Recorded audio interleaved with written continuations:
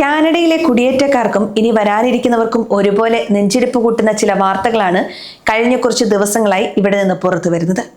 കാനഡയിലെ താൽക്കാലിക താമസക്കാർക്ക് സ്ഥിരതാമസത്തിനുള്ള പുതിയ വഴി തുറന്നു കൊടുക്കുന്നു എന്ന വാർത്ത വന്നപ്പോൾ എല്ലാവരും ആഹ്ലാദത്തിലായിരുന്നു. എന്നാൽ ആ സന്തോഷത്തിന് മുകളിൽ ഇപ്പോൾ കരിനിഴൽ വീണിരിക്കുകയാണ്. കാനഡയുടെ പുതിയ TR2 PR പദ്ധതിയിൽ നിന്ന് പ്രധാന നഗരങ്ങളെ മുഴുവൻ ഒഴിവാക്കിയിരിക്കുന്നു എന്ന ഞെട്ടിക്കുന്ന വിവരമാണ് ഇമിഗ്രേഷൻ മന്ത്രി ലീന ഡിയാബ് ഇപ്പോൾ പുറത്തുവിട്ടിരിക്കുന്നത്. ടൊറന്റോയും വാൻകൂവറും മോൺട്രിയാലും അടക്കമുള്ള സ്വപ്ന നഗരങ്ങളിൽ ജോലി ചെയ്യുന്നവർക്ക് ഈ പുതിയ പദ്ധതിയുടെ ഗുണം ലഭിക്കില്ല. എന്താണ് കാനഡയുടെ പുതിയ നീക്കം? ഇതിന് പിന്നിലെ ലക്ഷ്യമെന്ത്? നമുക്ക് വിശദമായി തന്നെ നോക്കാം. ആദ്യം എന്താണ് ഈ പദ്ധതി എന്ന് നമുക്ക് നോക്കാം. 2026-2027 കാലയളവിൽ കാനഡയിൽ നിലവിൽ താൽക്കാലിക വിസകളിൽ ജോലി ചെയ്യുന്ന 33,000 പേർക്ക് സ്ഥിരതാമസം നൽകാനുള്ള ഒരു പ്രത്യേക പദ്ധതിയാണിത്. 2021 കോവിഡ് സമയത്ത് ഇത്തരം ഒരു പദ്ധതി കാനഡ നടപ്പിലാക്കിയിരുന്നു. അന്ന് ആയിരക്കണക്കിന് ആളുകൾക്ക് വളരെ വേഗത്തിൽ PR ലഭിച്ചു. എന്നാൽ 2026 ഈ രണ്ടാം ഘട്ടം പഴയതുപോലെയല്ല. ഇത് വളരെ സെലക്റ്റീവാണ്.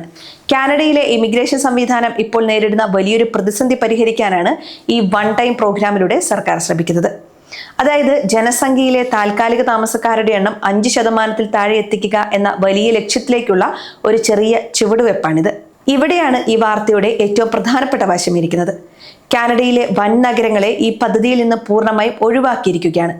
ലളിതമായി പറഞ്ഞാൽ, നിങ്ങൾ Toronto, Vancouver, Montreal, Calgary, Edmonton, Ottawa തുടങ്ങിയ നഗരങ്ങളിലാണ് ജോലി ചെയ്യുന്നതെങ്കിൽ നിങ്ങൾക്ക് ഈ 33,000 സീറ്റുകളിലേക്ക് അപേക്ഷിക്കാൻ കഴിയില്ല എന്നാണ് നിലവിലെ റിപ്പോർട്ടുകളിൽ നിന്ന് വ്യക്തമാകുന്നത്. എന്തുകൊണ്ടാണ് കാനഡ ഇങ്ങനെയൊരു തീരുമാനമെടുത്തത്? അതിന് പ്രധാനമായും 2 കാരണങ്ങളാണുള്ളത്. ഒന്ന്, ഈ നഗരങ്ങളിലെ വീട്ടുവാടകയും ജീവിത ചെലവും നിയന്ത്രണാതീതമായി വർദ്ധിച്ചിരിക്കുകയാണ്. 2, കാനഡയുടെ ഗ്രാമീണ മേഖലകളിൽ കടുത്ത തൊഴിലാളി ക്ഷാമം അനുഭവപ്പെടുന്നുണ്ട്. ആളുകളെ വലിയ നഗരങ്ങളിൽ നിന്ന് ഗ്രാമങ്ങളിലേക്ക് പറിച്ചു നടുക എന്നതാണ് സർക്കാരിന്റെ ഗൂഢമായ ലക്ഷ്യം. ഇതിനർത്ഥം PR വേണമെന്നുണ്ടെങ്കിൽ നിങ്ങൾ നഗരം വിട്ട് ഉൾപ്രദേശങ്ങളിലേക്ക് മാറേണ്ടി വരുമെന്നാണ്. അപ്പോൾ ആർക്കൊക്കെയാണ് ഈ പദ്ധതിയുടെ ഗുണം ലഭിക്കുക?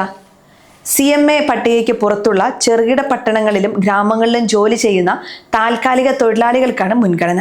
പ്രത്യേകിച്ച് ഹെൽത്ത് കെയർ, നിർമ്മാണ മേഖല, കാർഷികം തുടങ്ങിയ മേഖലകളിൽ പ്രവർത്തിക്കുന്നവർക്ക് ഈ പദ്ധതിയുടെ ഗുണം ലഭിക്കുമെന്നാണ് കണക്കാക്കപ്പെടുന്നത്. ഇമിഗ്രേഷൻ മന്ത്രിയുടെ വാക്കുകൾ കടമെടുത്താൽ കാനഡയുടെ ഗ്രാമീണ സമ്പദ് വ്യവസ്ഥ കെട്ടിപ്പടുക്കാൻ സഹായിക്കുന്നവർക്ക് മാത്രമാണ് ഈ പദ്ധതി ഉപകാരപ്രദമാവുകയുള്ളൂ. നോവാസ്കോട്ടിയ, മാനിറ്റോബ തുടങ്ങിയ പ്രവിശ്യകൾ ഇതിനകം തന്നെ ഈ പദ്ധതിയുമായി സഹകരിക്കാൻ തയ്യാറായി കഴിഞ്ഞു. എന്നാൽ ക്യുബെക്കിനെ പോലെയുള്ള പ്രവിശ്യകൾ ഭാഗികമായി മാത്രമേ ഇതിൽ പങ്കുചേരുന്നുള്ളൂ. ചുരുക്കത്തിൽ, നിങ്ങൾ എവിടെ ജോലി ചെയ്യുന്നു എന്നതിനെ ആശ്രയിച്ചിരിക്കും നിങ്ങളുടെ കുടിയേറ്റ സ്വപ്നം എന്ന് വേണം ഇതിൽ നിന്നും മനസ്സിലാക്കാൻ. ഇത്തരത്തിലുള്ള പ്രതീക്ഷ മങ്ങിയ വാർത്തകൾക്കിടയിലും അന്താരാഷ്ട്ര വിദ്യാർത്ഥികൾക്കായി 2026 ഏപ്രിൽ മുതൽ ചില ഇളവുകളും കാനഡ പ്രഖ്യാപിച്ചിട്ടുണ്ട്. മുമ്പ് വിദ്യാർത്ഥികൾക്ക് അവരുടെ പഠനത്തിന്റെ ഭാഗമായ ഇന്റേൺഷിപ്പുകൾക്കോ കോപ്പ് വർക്കുകൾക്കോ പ്രത്യേക കോപ്പ് വർക്ക് പെർമിറ്റ് ആവശ്യമായിരുന്നു. എന്നാൽ ഏപ്രിൽ 1 മുതൽ ആ നിബന്ധന ഒഴിവാക്കിയിരിക്കുകയാണ്. ഇനി മുതൽ നിങ്ങളുടെ സ്റ്റഡി പെർമിറ്റും യൂണിവേഴ്സിറ്റിയുടെ കത്തുമുണ്ടെങ്കിൽ നിങ്ങൾക്ക് ഇത്തരം ജോലികൾ ചെയ്യാം. അത് അഡ്മിനിസ്ട്രേറ്റീവ് നടപടികൾ എളുപ്പമാക്കും. മാത്രമല്ല, PR ലഭിക്കുന്നതിനുള്ള ഫീസ് ഏപ്രിൽ 30 മുതൽ വർദ്ധിപ്പിക്കുമെന്ന വാർത്തയും ഇതിനോടകം തന്നെ പുറത്തു വന്നിട്ടുണ്ട്. അതുകൊണ്ട് അപേക്ഷിക്കാൻ തയ്യാറെടുക്കുന്നവർ വേഗത്തിൽ നടപടികൾ പൂർത്തിയാക്കാനും ശ്രമിക്കണം. കാനഡയുടെ ഈ മാറ്റങ്ങൾ വെറുതെ ഉണ്ടായതല്ല. 2026-28 കാലയളവിലേക്കുള്ള പുതിയ ഇമിഗ്രേഷൻ ലെവൽ പ്ലാൻ പ്രകാരം PR ടാർഗറ്റ് 3,80,000 കുറച്ചിരിക്കുകയാണ്. മുൻ വർഷങ്ങളിൽ ഇത് 5 ലക്ഷത്തിനടുത്തായിരുന്നു. താൽക്കാലിക താമസക്കാരുടെ എണ്ണത്തിൽ 43% കുറവാണ് സർക്കാർ ലക്ഷ്യമിടുന്നത് എന്നാണ് ഈ കണക്കുകളിൽ നിന്ന് വ്യക്തമാകുന്നത്. കാനഡ ഇനി ക്വാണ്ടിറ്റിയേക്കാൾ കൂടുതൽ ക്വാളിറ്റിക്ക് മുൻഗണന നൽകാനാണ് പുതിയ നീക്കത്തിലൂടെ ലക്ഷ്യം വെക്കുന്നത്. ഫ്രഞ്ച് ഭാഷ അറിയുന്നവർക്കും മെഡിക്കൽ രംഗത്ത് പ്രവർത്തിക്കുന്നവർക്കും ഗ്രാമീണ മേഖലകളിൽ താമസിക്കാൻ തയ്യാറുള്ളവർക്കും മാത്രമേ ഇനി എളുപ്പത്തിൽ PR ലഭിക്കൂ. സാധാരണക്കാരും അവിദഗ്ധ തൊഴിലാളികളും ഇനി വലിയ പ്രതിസന്ധി നേരിടേണ്ടി വരും. കാനഡയുടെ കുടിയേറ്റ ചരിത്രത്തിലെ ഒരു പുതിയ യുഗത്തിനാണ് നാം സാക്ഷ്യം വഹിക്കുന്നത്. എല്ലാവരെയും സ്വാഗതം ചെയ്യുന്നു എന്ന നിലപാടിൽ നിന്ന് ഞങ്ങൾക്ക് ആവശ്യമുള്ളവരെ മാത്രം സ്വാഗതം ചെയ്യുന്നു എന്നതിലേക്ക് കാനഡ മാറിക്കഴിഞ്ഞു.